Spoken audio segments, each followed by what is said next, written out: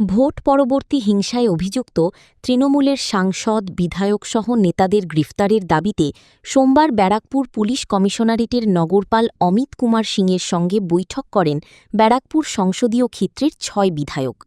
এদিন রাজ্যের মন্ত্রী অর্জুন সিং সহ ৬ জন বিধায়ক কমিশনারের কাছে স্মারকলিপি দিয়ে অভিযোগ করেন যে ২০২১ সালের ভোট পরবর্তী হিংসার ঘটনায় অভিযুক্তদের বিরুদ্ধে এখনও পর্যন্ত যথাযথ ব্যবস্থা নেওয়া হয়নি।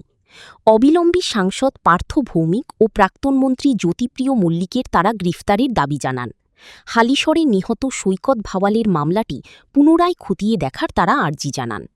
যাদের পোস্টপোল ভায়োলেন্সে নাম ছেলে পালিয়ে গেছে তাদেরকে একটু করা, ল অ্যান্ড অর্ডার ভালোভাবে থাকুক, সরকারের যাতে কোনো বদনামি না হয়।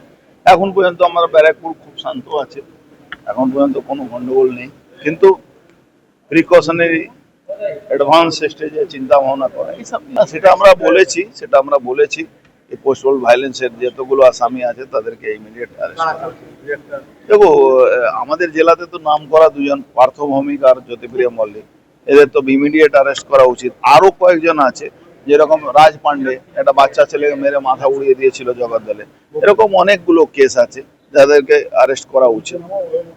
ভিডিওটি ভালো লাগলে লাইক, শেয়ার, কমেন্ট ও সাবস্ক্রাইব করুন। আপনারা দেখছেন সংবাদ শিরোনাম ডিজিটাল, মাথা উঁচু করে এগিয়ে চলার শপথ।